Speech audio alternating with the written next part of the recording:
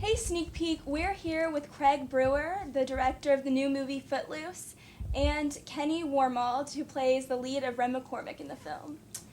All right, Craig, I'm going to ask you the question. Does it start with a W? Well, many... Why? Yes, it does. Yeah. Yes, it does. Why did you decide to remake Footloose, the 1984 version?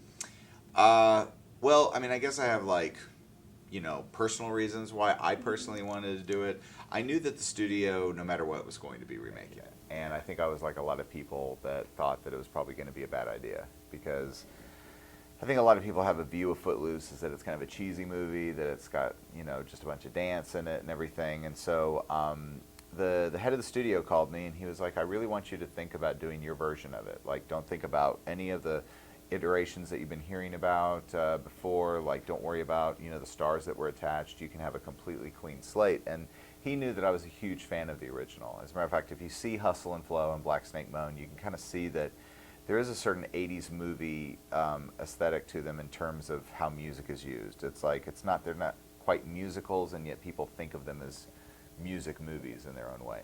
But for me, Footloose was a very important movie to me when I was 13, and so the more I thought about it, the more I realized that there was a way to do it and make it relevant and make it exciting, but also make it Footloose.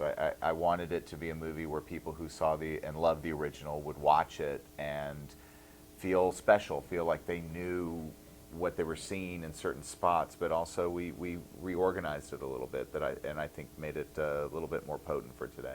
Well, Kenny, this next question is for you. What did you do right when you found out that you got the iconic role of Ren McCormick?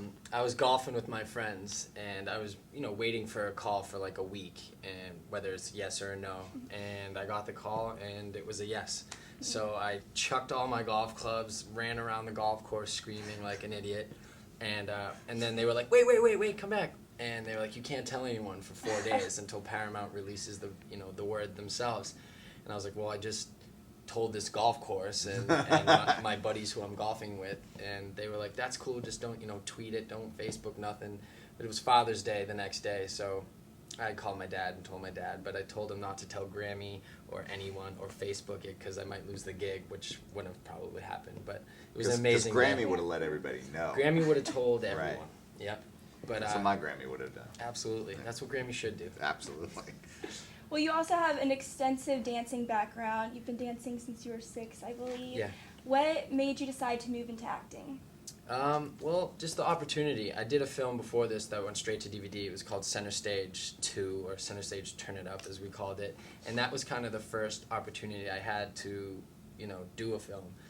And then once that happened, I started taking it way more seriously and applying myself and not doing every dance job that I would have usually done, because dance jobs take you out of town. If it's a tour, you're gone for 4 months, and I wanted to stay in LA and train as an actor and be around for auditions and opportunities that would come up. And like a year and a half after I did that, Footloose audition came around. Are you looking to do acting for a while now? Absolutely. I mean, you can only dance for so long, but you can act until you're pretty much dead. So, right. So definitely looking forward to doing more films. Well, many people associate the original movie with Kevin Bacon because it was considered his breakthrough performance. Mm-hmm. What did you do to make the role of Ren your own? Well, I had known what Kevin did in the original. I'd seen the movie, probably 100 times since the first time when I was 10, and absolutely loved it and knew exactly what he did. So once I booked the role, there was like a 2-month span where we had to kind of prep and just before we started shooting, and I didn't watch it again. I didn't want to mimic him. I didn't want to hear his words in my head as I was saying them, because some of the dialogue is drawn from the original. So that was kind of my tactic towards not being exactly like him. And with a different script, there's some updated things in it. It didn't feel like we were making that movie. It felt like this was the first time we were doing what we were doing, and that was important for me to, not be a mimicker of what he did in the original, if that's even a word, mimicker. Well, now it is. Now it is. Okay, cool. Well, there's a lot of fun and energetic scenes in the movie. This is a question for both of y'all. What is your favorite scene, or what was your favorite scene to shoot?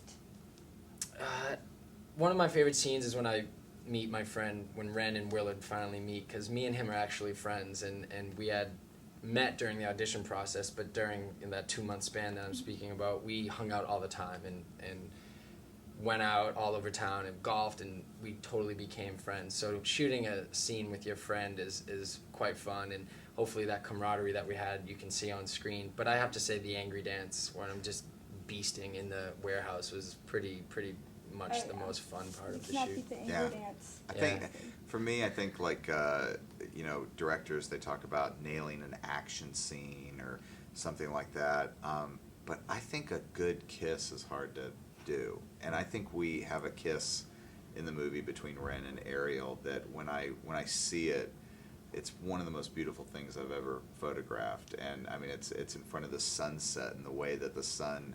And you also have to remember that I remember the day. We only had like a few hours. I don't think we rehearsed the scene. I said we had to shoot it like in an hour, I think. Yeah. And that whole scene was done so quickly and basically, we only got one take here and there. But this one beautiful kiss in front of a sunset is just like one of the best things I've ever been a part of. And I love every time I watch it. I get a little gooey, I'll admit.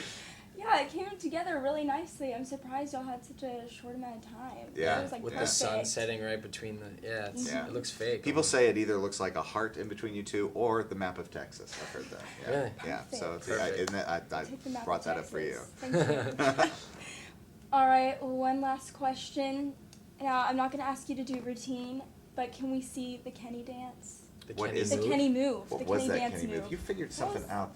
What was it? The heel move. Oh, the heel move. That's Well, right. I invented it, and I've asked dancers in LA who've been around since, Dance for MC Hammer, and this is my move, so don't steal it. All right. It's called the Kenny move, and you just kind of magically put your heel down. Let me see it. So you. Oh, I flubbed it up. Hold on, ready?